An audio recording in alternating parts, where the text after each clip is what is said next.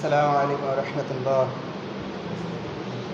إن الحمد لله نحمده ونستعينه ونستغفره ونؤمن به ونتوكل عليه ونعوذ بالله من شرور أنفسنا ومن سيئات أعمالنا. من يهد الله فلا مضل له ومن يضلل فلا هادي له.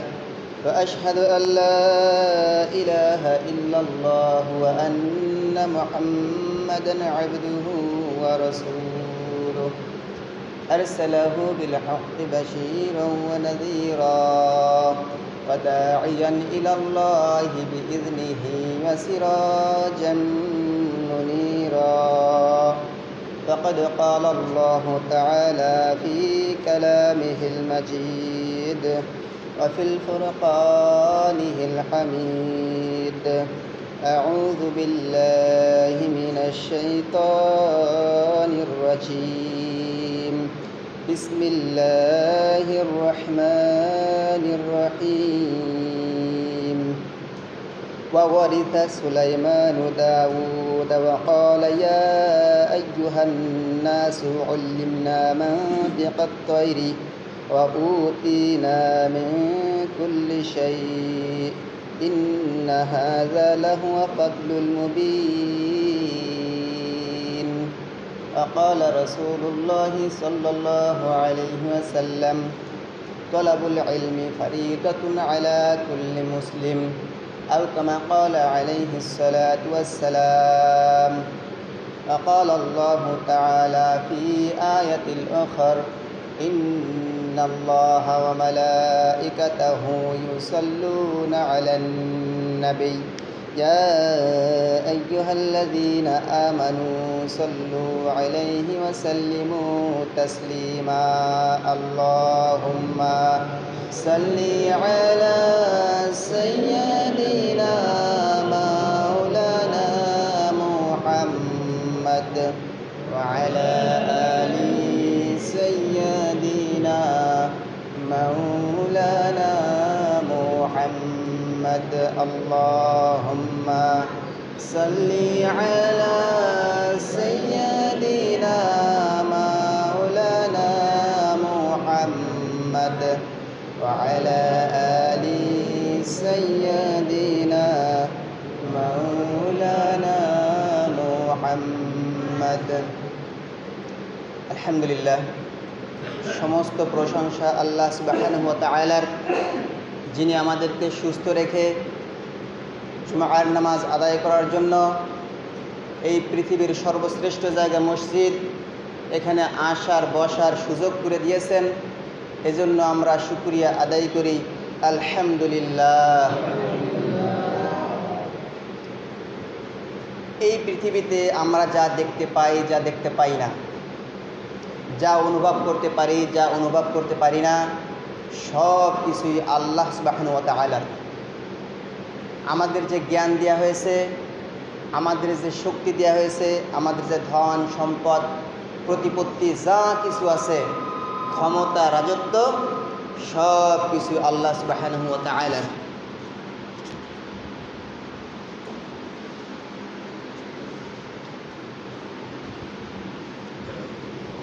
যাকে যে ক্ষমতা দেওয়া হয়েছে, সব কিছু আল্লাহ সুবহানাহু ওয়া তাআলার।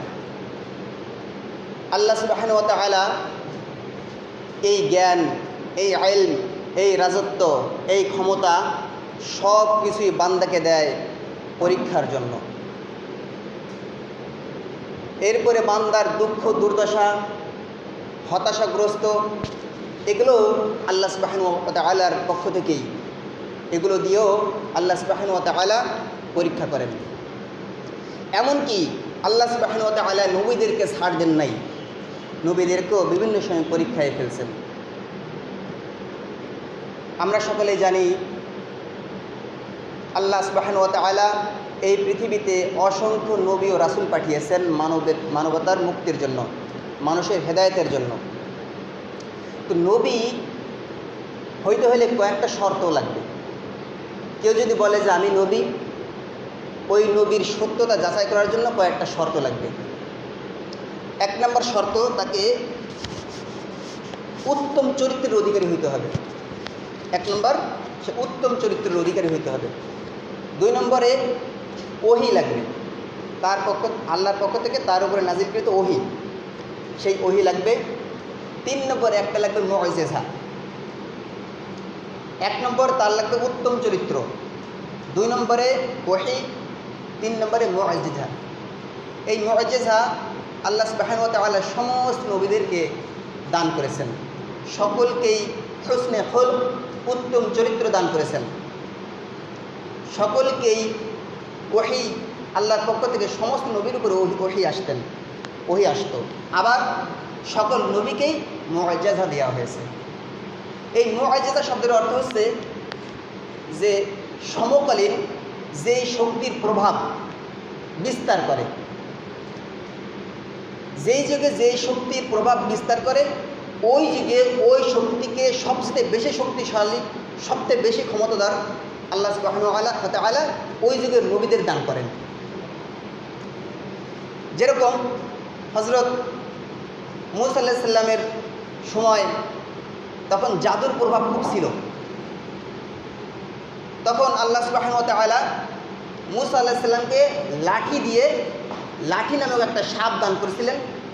ওইটাকে দিয়ে সমস্ত জাদুকরের জাদু খেয়ে ফেলেছিল। তার মানে সে জাদুর উপরে সে তার লাঠি প্রাধান্য পেয়েছিল। এইগুলো হচ্ছে একটা মুআজিজা। এরপরে দাউদ আলাইহিস সালামের জামানায় তখন অস্ত্রের ঝনঝনানি ছিল, কে কত বেশি উন্নত অস্ত্র তৈরি করতে পারে। এই অস্ত্র তৈরি করার জন্য লোহার প্রয়োজন হতো, ওই লোহাকে আগুনে পোড়াইতে হতো এবং সেটাকে পিটিয়ে অস্ত্র বানানো লাগতো। এখনও সেই ব্যবস্থাই এখনও আছে। কিন্তু হযরত দাউদ আলাইহিস সালাম, ওনাকে লোহা ছাঁচে আনার জন্য, অস্ত্র গড়ার জন্য তার আগুনে পোড়ানো লাগতো না, তার বাড়ি পিটাপিটি কিছু করা লাগতো না। তিনার হাতের ভিতরে লোহা নিতেন, ওই লোহা আল্লাহর কুদরতে হাতের ভিতরে দিলে লোহা গলে যেত। যখন লোহা গলে যেত তখন ছাঁচে আনা সহজ। তখন ওই জামানায় আল্লাহ সুবহানাহু ওয়া তাআলা দাউদ আলাইহিস সালামের ওই লোহা ছাঁচে আনার জন্য তার হাতই যথেষ্ট ছিল। সুবহানাল্লাহ। তাহলে সমস্ত অস্ত্রের নির্মাতা তাদের উপরে প্রাধান্য দিয়ে দিলেন। এরপরে আমাদের নবী মুহাম্মদুর রাসূলুল্লাহ সাল্লাল্লাহু আলাইহি ওয়াসাল্লামের জামানায় কবিতার প্রভাব খুব ছিল। তখনকার জামানায় কবি সাহিত্যের প্রভাব এত বেশি ছিল, তারা কবিতা লিখে কাবার দেয়ালে টানাই দিত। আর তখন তারা বলতো, কে আসো আমার কবিতার থেকে ভালো কবিতা রচনা করতে পারো, সে লিখে রচনা করো। তখন আল্লাহ সুবহানাহু ওয়া তাআলা কোরআন নাজিল করলেন। এই কোরআন এত সুন্দর, এত মাধুর্য, এত সাজানো, পঙ্ক্তিতে সাজানো, এর সাহিত্য, এর মাধুর্য, এর সাবলীলতা এত বেশি উন্নত হয়ে গিয়েছিল, ওই কোনো কবির সমস্ত আরব দেশের সব কবি একত্রিত হয়েও একটা আয়াত তৈরি করতে পারেনি। তাহলে আল্লাহ সুবহানাহু ওয়া তাআলা আল্লাহ রসুলকে 3000 মুজিজার মধ্যে সর্বশ্রেষ্ঠ মুজিজা কোরআন নাজিল করার মাধ্যমে তখন মানুষদেরকে জানা দিয়েছিল, ও মানুষেরা, তোমরা কি কবিতা রচনা করো, একটা আয়াত রচনা করার ক্ষমতা তোমাদের নাই। তার মানে আমাদের নবীর যে মুজিজা সমস্ত কিছু ছাড়িয়ে গিয়ে শ্রেষ্ঠত্ব অর্জন করেছিল। এরকমভাবে প্রত্যেকটা নবীর মুজিজা দিয়েছিলেন। এখন এই মুজিজা নবীদের জন্য খাস, এই মুজিজা নবীদের জন্য খাস। কিন্তু আল্লাহর ওলি, বুজুর্গ, বড় আলেমদের জন্য কারামত এখনো বিদ্যমান আছে। কারামতুল আউলিয়া ও হাক্কুন, আউলিয়া কিরামের কেরামত এগুলো হচ্ছে সত্য। কিন্তু যতই মুজিজা হোক, যতই কারামতি হোক, কোনো কিছুই আল্লাহর ইচ্ছা ছাড়া হয় না। সমস্ত কিছুতে আল্লাহর ইচ্ছা লাগবে। এই কারামতের বিপরীতে একটা শব্দ আছে ইস্তিদরাজ। এই ইস্তিদরাজ আর কারামত হয় নবী ওলিদের পক্ষ থেকে, আলেমদের পক্ষ থেকে। আর এই ইস্তিদরাজ হয় বিভিন্ন জাদুকার, বিভিন্ন পণ্ডিত, যে যে বিষয়ের উপরে পাণ্ডিত্য অর্জন করে সেই বিষয়ে। একটা অলৌকিকত্ব যেমন সমানভাবে অলিদের থেকে প্রকাশ পায়, সেম ক্যাটাগরির অলৌকিকত্ব একটা সাধারণ মানুষের থেকেও প্রকাশ পাইতে পারে, একটা বদ চরিত্রের মানুষের থেকেও প্রকাশ পাইতে পারে। এখন এই বদ চরিত্রের মানুষের কাছ থেকেও অলৌকিকতা প্রকাশ পালো এবং আল্লাহর অলির থেকেও অলৌকিকতা প্রকাশ পালো, এই দুটির মধ্যে পার্থক্যটা কি? এই দুটির মধ্যে পার্থক্য, অলিদের থেকে যে অলৌকিকতা প্রকাশ পায় ওইটাকে বলা হয় কারামত, আর বদ চরিত্রের মানুষদের থেকে যেটা অলৌকিকত্ব প্রকাশ পায় ওইটাকে বলা হয় ইস্তিদরাজ। কিন্তু এই কারামতের তুলনায় ইস্তিদরাজ ধোপেই টেকে না। মুআজিজার থেকে বড় বড় জাদুকার যেমন ধোপে টেকে না, ওই কারামতের তুলনায় ইস্তিদরাজ ধোপে টেকে না। আর ইস্তিদরাজটা কি? উদাহরণস্বরূপ বলি, কোনো আল্লাহর ওলি ইচ্ছাকৃতভাবে কোনো কারামত প্রকাশ করতে পারে না আল্লাহর ইচ্ছা ছাড়া। এরকম অনেক আল্লাহর ওলির ঘটনা আছে। এইসব ঘটনা যেহেতু হাদিস দ্বারা সাবেত নয়, কাউল দ্বারা প্রমাণিত, এটা কোরআন হাদিসে আছে যে ঠিকই, কিন্তু এটার সঠিক সনদ মতন ধারা সহিভাবে বর্ণিত হয় না বলে আমরা এইগুলো ওলিয়া কেরামের মুআজিজাত কারামত ব্যক্তিগতভাবে আমি উপস্থাপন করি না। কিন্তু উদাহরণস্বরূপ বলতেছি, যেমন একজন ওলি, একটা এলাকায় একটা মাদ্রাসা, ওই মাদ্রাসার পাশে এক হিন্দু পণ্ডিত, সে আকাশ দিয়ে উড়ে যায়। এই দেখে দুর্বলতম মুমিনদের ঈমান ক্ষতিগ্রস্ত হচ্ছে। এই ক্ষতিগ্রস্ত হওয়া দেখে মাদ্রাসার বড় হুজুর, তখন আলেম খুব কম ছিল, কিন্তু আলেম ছিল আলেমের মতো আলেম ছিল আলেমের মতো আলেম, অন্তর চক্ষু খোলা আলেম ছিল তখনকার জামানায়। এখন ঘরে ঘরে আলেম পাওয়া যায়, সেই রকম অন্তর চক্ষুওয়ালা, সেই রকম আল্লাহর খাস বান্দার খুবই অভাব। তখন তিনি বললেন, চিন্তা করার কোনো কারণ নাই, ওই ব্যক্তি যেহেতু তার ঈমান নাই, তখন সেটা তার কারামত হইতে পারে না, ওটা আল্লাহর পক্ষ থেকে আসতে পারে না, নিশ্চয়ই এটা ইস্তিদরাজ হবে, শয়তানের পক্ষ থেকে কোনো সাহায্য হবে। ঘাবড়ানোর কোনো কারণ নাই। যখন ওই ব্যক্তি আকাশ দিয়ে ওড়া শুরু করবে, আমাদের ডাক দেওয়া হবে। যখন তাদের ডাক দিল, হুজুর কয়েকজন ছাত্র পাঠাই দিলেন, বললেন ওই যে হিন্দু পণ্ডিত আকাশ দিয়ে উড়ে যায়, ওইখানে যাই তোমরা আল্লাহু আকবার বলে আজান শুরু করে দিবা। যখন আল্লাহু আকবার বলে আজান শুরু করে দিল, আল্লাহু আকবার যখন শব্দ শয়তানের কানে যায়, শয়তান আর স্থির থাকতে পারে না, তখন শয়তান বাধ্য হয়ে ওই জায়গা ত্যাগ করা লাগে। ওই হিন্দু পণ্ডিতের সওয়ার হয়েছিল শয়তান, চারদিক দিয়ে শয়তান ঘাড়ে করে তাকে আকাশে সওয়ার করছিল। যখন আল্লাহু আকবারের ধ্বনি ওই শয়তানের কানে চলে গেল, তখন শয়তান যাইতে বাধ্য, শয়তান সাথে সাথে থুয়ে দৌড় মারল। যখন দৌড় মারল, ওই হিন্দু পণ্ডিত সাথে সাথে জমিনে ধসে পড়ে গেল। এটা কি ইস্তিদরাজ আর কেরামতের মধ্যে পার্থক্য? তাহলে ইস্তিদরাজ যে কোনো সময় ধ্বংস হয়ে যেতে পারে। জাদুকরেরা জাদু দেখায় না, ওই জাদু তারা অনেক কিছু করে, কিন্তু আসলে জাদু আল্লাহর পক্ষ থেকে না, কারামত মুআজিজা আল্লাহর পক্ষ থেকে। তো আমি সুলাইমান নবী সাল্লাল্লাহু আলাইহি ওয়াসাল্লামের সূরা নামল থেকে একটি আয়াত তেলাওয়াত করেছি। ওই আয়াত থেকে ধারাবাহিকভাবে আয়াত পাঠ করে যাব, আয়াতের সরল অনুবাদ করব এবং এই আয়াতের শিক্ষা যতটুকু আমার আয়াত কাছে ততটুকু বলার চেষ্টা করব বিমাশিয়াতিল্লাহি তাআলা ইনশাআল্লাহ। তো সুলাইমান নবী দাউদ নবীর ছেলে। সুলাইমান একজন নবী, তিনি দাউদ নবীর ছেলে। দাউদ নবীর উত্তরাধিকারী আল্লাহ সুবহানাহু ওয়া তাআলা সুলাইমান নবীকে বললেন। দাউদ নবী ছিলেন, দাউদ নবী বাদশাহ ছিলেন।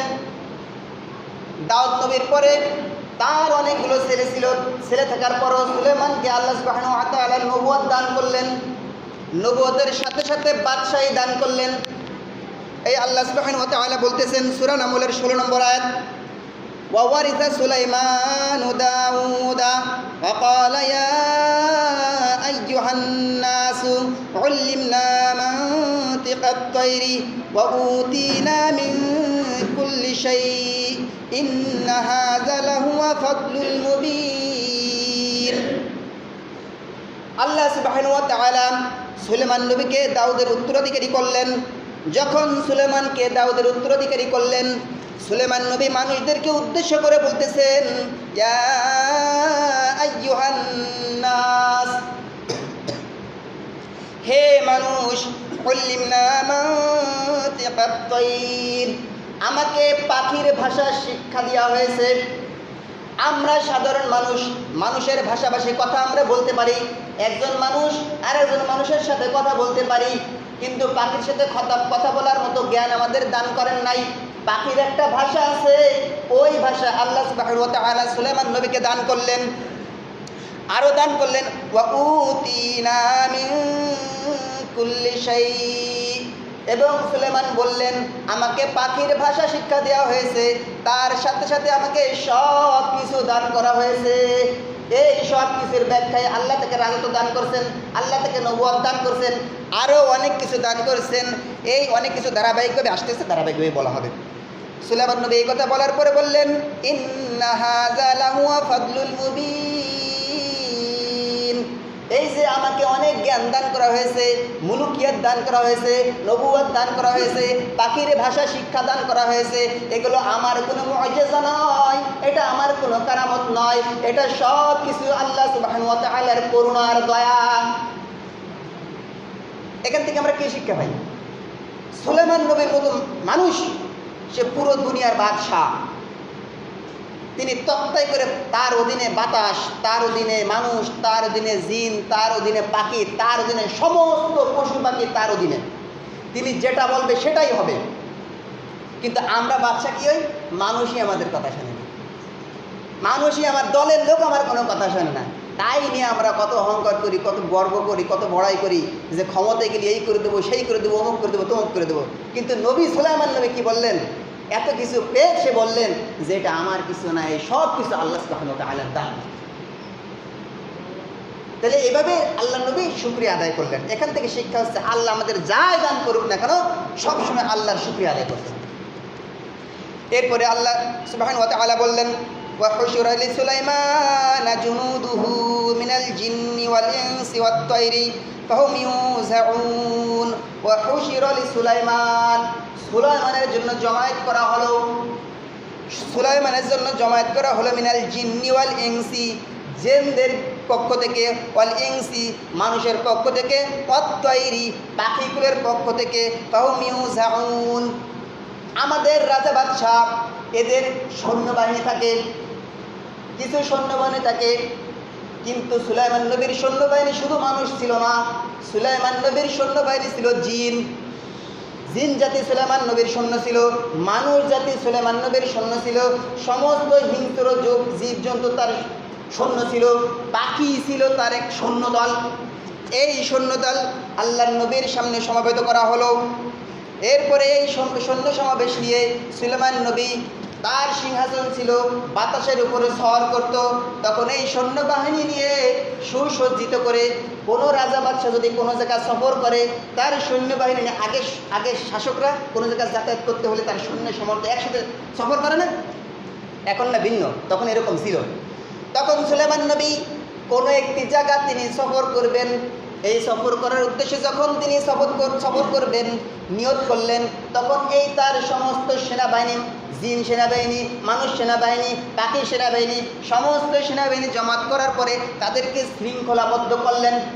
শৃঙ্খলাবদ্ধ করার পরে তারা যাতায়াত শুরু করলো। যাতায়াত করতে করতে হাত্তা ইযা আতাউ আলা ওয়াদিন নাম, যাতায়াত করতে করতে তারা পিঁপড়ার একটা উপত্যকা আছে, সেই উপত্যকায় পৌঁছে গেল। পিঁপড়ার একটা উপত্যকা আছে, সেই উপত্যকায় পৌঁছে গেল।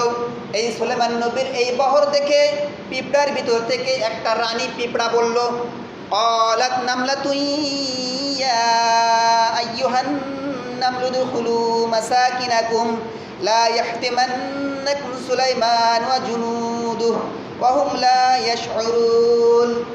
পিঁপড়ার রানী দেখলো সুলেমান নবী তার বহর নিয়ে আসতেছে, পিঁপড়ার উপত্যকায় আসবে। এইটা দেখে রানী পিঁপড়া তাদের সমস্ত পিঁপড়াদেরকে বলল, ও ভাইয়েরা, তোমরা সবাই তোমাদের বাসস্থান অর্থাৎ গর্তের ভিতরে প্রবেশ করো। কেন গর্তের ভিতরে প্রবেশ করো? সুলাইমানের বাহিনী তোমাদের যাতে অজ্ঞতা স্বরূপ তোমাদের পিষ্ট করে না মারতে পারে। এখান থেকে শিক্ষাটা কি? সুলেমান নবীকে এত জ্ঞান দান করা হয়েছে, এত মুলুকিয়াত দান করা হয়েছে, তারপরেও তিনি অজ্ঞতাবশত পিঁপড়াকে পিষ্ট করে মারতে পারেন। তাহলে সুলেমান নবী কি জানেন না এই জায়গায় পিঁপড়া আছে? জানেন? জানেন।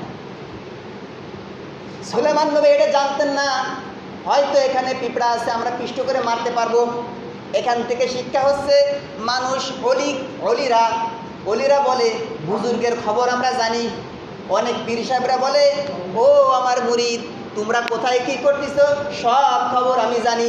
কোনো মানুষের ভিতরে যদি এই আকীদা যদি থাকে, আমার পীর সাহেব, মৌলানা সাহেব, বুজুর্গ সাহেব মানুষের অন্তরের খবর জানে, আলিমুল গায়ব জানে, তার আকীদার ভিতরে শিরকি আকীদা সে পোষণ করলো।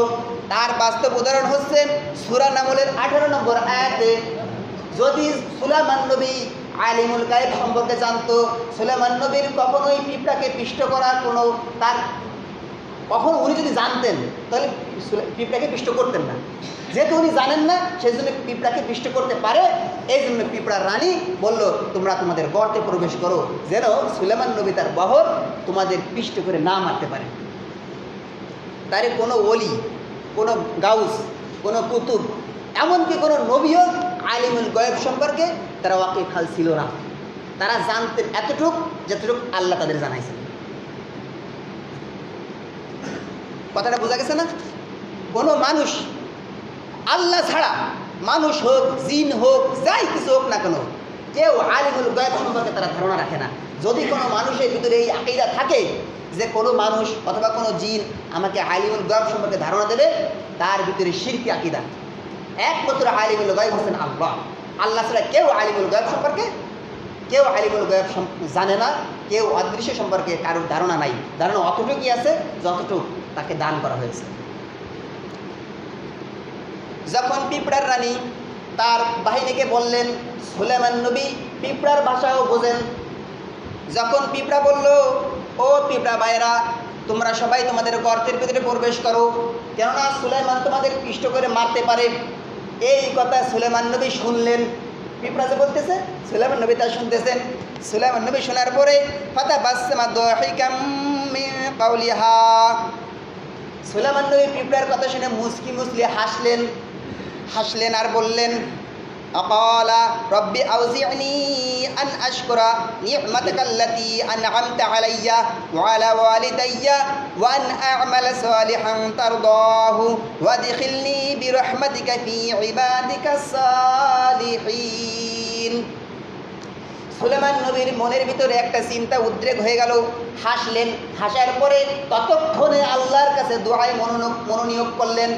আল্লাহকে বললেন, রব্বি আউজি'নি, আমাকে সুযোগ করে দেন, আন আশকুরা নি'মাতাকাল্লাতী, এই সুযোগ করে দেন আপনি যে আমার উপরে নিয়ামত দান করেছেন, আমার আওলাদ, আমার পূর্বপুরুষদের উপরে যে নিয়ামত দান করেছেন, এই নিয়ামতের শুকরিয়া যেন আমি করতে পারি, আর যেন আমি নেক কাজ করতে পারি, এমন নেক কাজ যে নেক কাজ দ্বারা তুমি খুশি হয়ে যাও। ওয়াদখিলনি বিরহমাতিকা ফি ইবাদিকাস সালিহিন, এবং আমাকে এইরকম তৌফিক দাও আর আমাকে তোমার নেককার বান্দাদের অন্তর্ভুক্ত করে নাও তোমার রহমতে, তোমার দয়ার দ্বারা। এই আয়াতের ব্যাখ্যা স্বরূপ ইমাম কুরতুবী তাফসিরে রুহুল মাআনি, এই দুইটা তাফসিরে এইভাবে লেখা হয়েছে, ওয়াদখিলনি বিরহমাতিকা ফি ইবাদিকাস সালিহিন, আমি নেককার হব, আমি ভালো মানুষ হব, আমি আলেম হব, আমি জান্নাতি হব, আমি যাই কিছু হই না কোনো সমস্ত কিছু আল্লাহর দয়া, আল্লাহর রহমতে আমি হব। আল্লাহর দয়া, আল্লাহর রহমত ছাড়া কোনো ব্যক্তি জান্নাতে যাইতে পারবে না। আল্লাহ রাসূল সাল্লাল্লাহু আলাইহি ওয়াসাল্লাম সাহাবীদেরকে উদ্দেশ্য করে বলতেছেন, ও সাহাবীরা, কেউ আল্লাহর দয়া ছাড়া আমলের বিনিময়ে কেউ জান্নাতে যাইতে পারবে না। সাহাবায়ে কেরাম তার উত্তরে বললেন, ইয়া রাসূলুল্লাহ, আপনিও কি আল্লাহর দয়া ছাড়া জান্নাতে যেতে পারবেন না? আল্লাহর নবী বললেন, কখনোই না, আমি নবী, আমিও আল্লাহর দয়া ছাড়া জান্নাতে যেতে পারবো না।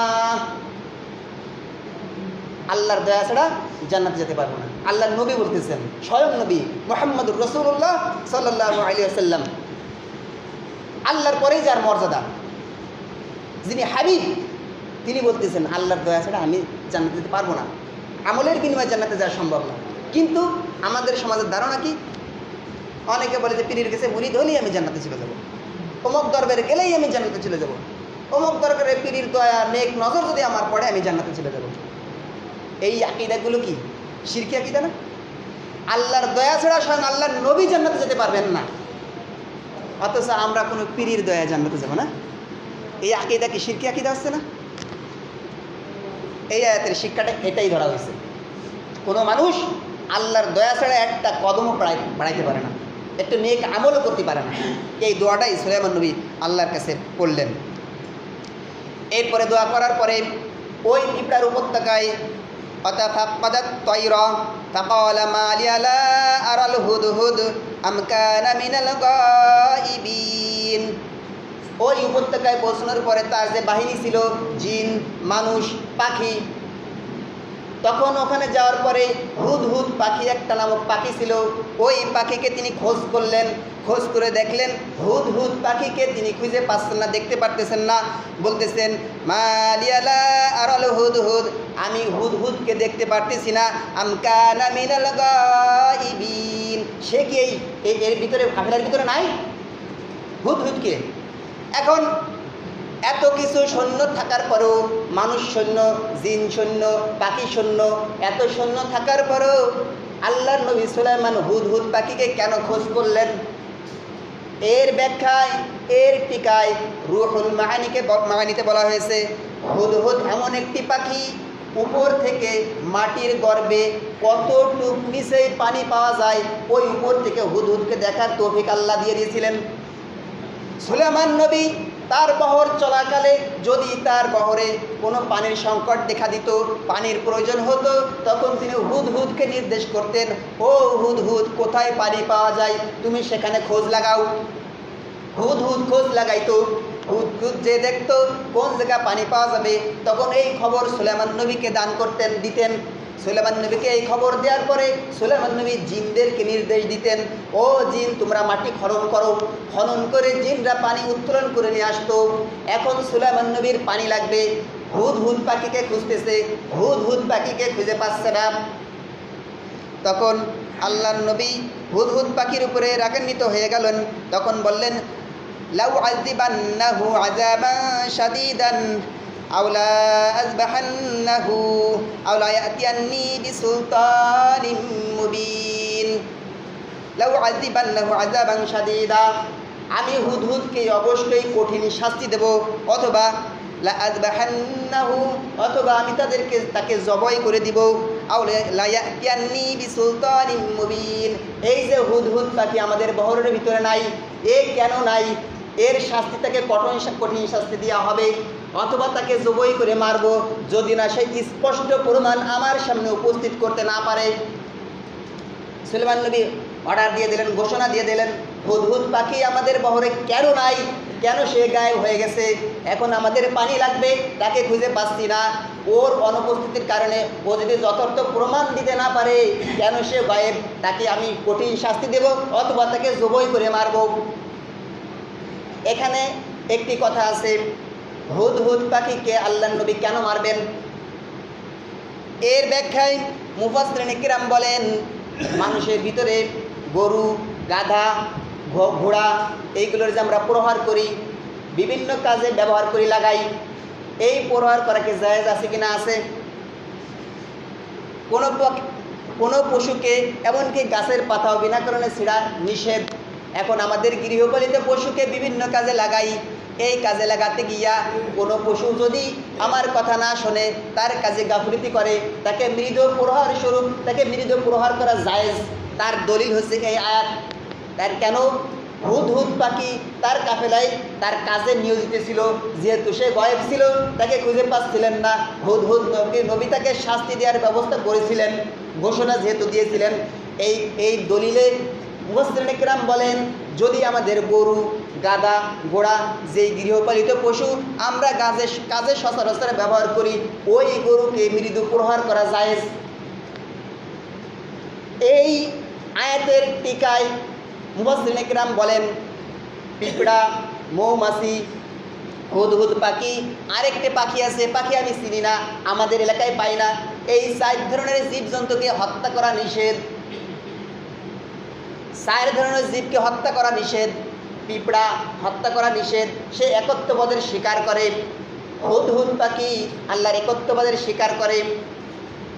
মৌমাছি এটাও আল্লাহর একত্ববাদের স্বীকার করে।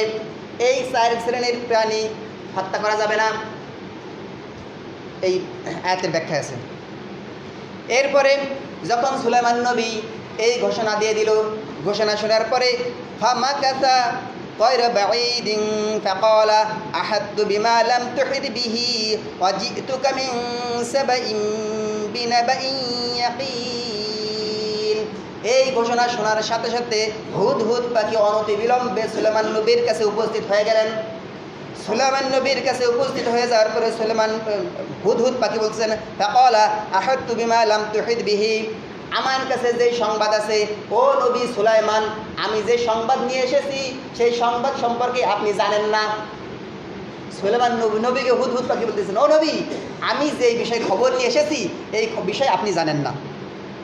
আমি সাবা গোত্র থেকে অজিতুকা, আমি আপনার জন্য নিয়ে এসেছি মিন সাবাইন বিনাবাইন ইয়াকিন, সাবা নামক একটা গোত্র থেকে আমি স্পষ্ট একটা দলিল নিয়ে এসেছি, একটা সংবাদ নিয়ে এসেছি। এখন হুদহুদ একটা পাখি, ক্ষুদ্র পাখি, সেই পাখিটা সুলাইমান নবীকে বলতেছেন, আমি এই বিষয়ে জানি, ও নবী আপনি জানেন না। এটি কি হুদহুদ পাখি কি বিয়াদবি করলো কিনা? আমরা উস্তাদের কাছ থেকে শিক্ষা নিই, হুজুরদের থেকে শিক্ষা নিই। অনেক সময় বলি, হুজুর আমি যে জানি আপনি তা জানেন না, এরকম কথা হয় না? তো নবীকে বলতেছেন হুদহুদ পাখি, ও নবী, আমি যেই খবর জানি আপনি সেই খবর জানেন না। এর ব্যাখ্যায় মুফাসসিরিন ইকরামগণ বলেন, কোনো মানুষ তার উস্তাদদের এই কথা বলতে পারবে না, আদবের বরখেলাপ হয়ে যাবে। কোনো হুজুরকে বলতে পারবে না, আলেমকে বলতে পারবে না, তার ছাত্র হইলে, তার অধীনস্থ হইলে, ও হুজুর আমি যা জানি আপনি সেটা জানেন না, এইটে বলা আদবের খেলাপ। কিন্তু হুদহুদ পাখি স্বয়ং নবীকে এই কথা কেন বলছিলেন? হুদহুদ পাখি সুলাইমান নবীকে এই জন্য বলেছিলেন, হুদহুদ আল্লাহর নবী সুলাইমানের কাঠগড়ায় আসামি হয়ে গিয়েছিল। যখন আসামি হয়ে যায় তখন গীবাত করা জায়েজ হয় বাঁচার জন্য। উকিল কাঠগড়ায় ম্যাজিস্ট্রেটের সামনে তার সত্য উপস্থাপন করার জন্য গীবাত করা তখন জায়েজ হয়ে যায়। সে যে সঠিক পথে আছে সেটা বলার জন্য এটা বলতে পারে যে আপনি যা জানেন তার থেকে আমি বেশি জানি, এই ক্ষেত্রে বলা যাবে, নিজেকে নির্দোষ প্রমাণ করার জন্য। অনসেত হুজুরের সামনে, আলেমের সামনে, উস্তাদের সামনে এই কথা বলা আদবের খেলাফ। বুঝতে পারছি না? এরপরে হুদহুদ পাখি বললেন, ইন্নী ওয়াজাদতু ইমরাআতান তামলিকুহুম, আমি একটা মেয়েকে দেখলাম, তামলিকুহুম একটা কওমের একটা মেয়েকে দেখলাম, সে ওই কওমে, ওই সাবা গোত্রের রাজত্ব দান করে, নেতৃত্ব দেয়, অর্থাৎ রানী। ওয়া উতিয়াত মিন কুল্লি শাইইন ওয়া লাহা আরশুন আযীম। আমরা যখন বহর নিয়ে আসতেছিলাম তখন আমি সাবা গোত্রে গেলাম, যে দেখলাম একজন নারী সাবা গোত্রের নারী, ওই সাবা গোত্রের রানী নেতৃত্ব দেয়। আর আল্লাহ তাকে অনেক কিছু দান করেছেন, অনেক কিছুর ভিতরে একটা বিশেষত্ব, তাকে একটা বিশাল সিংহাসন দান করেছেন। এটা আমি দেখে আসছি। আরও দেখে আসছি, ওয়াজাদতুহা ওয়া কওমাহা ইয়াসজুদুনা লিশ-শামসি মিন দুনিল্লাহি ওয়া যায়্যানা লাহুমুশ শাইতানু আ'মালাহুম ফাসাদ্দাহুম আনিস সাবিলি ফাহুম লা ইয়াহতাদুন। ওয়াজাদতুহা, ওই রানীকে আমি দেখলাম, ওয়া কওমাহা, এবং তার অনুসারী তার কওমকে দেখলাম, ইয়াসজুদুনা লিশ-শামসি, তারা মিন দুনিল্লাহি, আল্লাহকে বাদ দিয়ে তারা সূর্যকে সেজদা করে। আমি এই খবর দেখলাম। আর শয়তান তাদেরকে ওয়াজাইয়ানা লাহুমুশ শাইতান আমালাহুম, তাদের এই আমলকে শয়তান সুসজ্জিত করে দিয়েছে, সৌন্দর্যমণ্ডিত করে দিয়েছে, যার কারণে ফাসাদ্দাহুম আনিস সাবিলি ফাহুম লা ইয়াহতাদুন, তাদেরকে এই সুশোভিত করার জন্য তারা হেদায়েত থেকে অনেক দূরে রয়েছে, তারা হেদায়েত প্রাপ্ত নয়। এটা আমি দেখে আসলাম। সুলাইমান নবী এই খবর শুনলেন। শোনার পরে আল্লাহ ইয়াসজুদু লিল্লাহিল্লাযী ইখরিজুল খাবআ ফিস সামাওয়াতি ওয়াল আরদি ওয়া ইয়া'লামু মা তুখফুনা ওয়া মা তু'লিনুন। হুদহুদ পাখি আরও বলল, আল্লাহ ইয়াসজুদু লিল্লাহিল্লাযী ইখরিজুল খাবআ ফিস সামাওয়াতি ওয়াল আরদ, আসমান জমিনের ভূগর্ভে লুকায়িত যে সম্পদ, ধন সম্পদ, যেই আল্লাহ বাহির করে, সেই আল্লাহর সেজদা থেকে তাদেরকে শয়তান বিরত রাখছে। এটা আমি দেখে আসছি। এরপরে আয়াতটা হচ্ছে সেজদার আয়াত, এই আয়াতটা পড়লাম না। অথচ এই আয়াতে বলতেছেন যে সূর্যকে সেজদা করতেছে তারা, শয়তান তাদের এটাকে সাজায় দিছে, তাদের মনের বুদ্ধি করে দিয়েছে সূর্যের সেজদা করা খুব ভালো, এটা ভালো নেক আমলের কাজ। শয়তান তাদেরকে মনের ভিতরে এটা সাজায় দিয়ে দিছে। অথচ সেজদা পাওয়ার একমাত্র যোগ্য হচ্ছে আল্লাহ, আল্লাহ ছাড়া সেজদা পাওয়ার কেউ যোগ্য নাই। অথচ তারা সূর্যকে সেজদা দিল। এই কথা শুনে সুলাইমান নবী নড়ে চড়ে বসলেন। সময় অনেক বেশি হয়ে গেছে, আজকে আর কথা না বলি, আগামী সময় এর পরের থেকে বলবো ইনশাল্লাহ। এখান থেকে বড় একটা শিক্ষা আছে, এই জন্য এই সূরা নামল নিয়ে আসছি আপনাদের সামনে। আগামী জুমায় এর পরের থেকে ইনশাল্লাহ কথা বলার চেষ্টা করবো ইনশাআল্লাহ। আর সময় হচ্ছে না, 22 বেজে গেছে।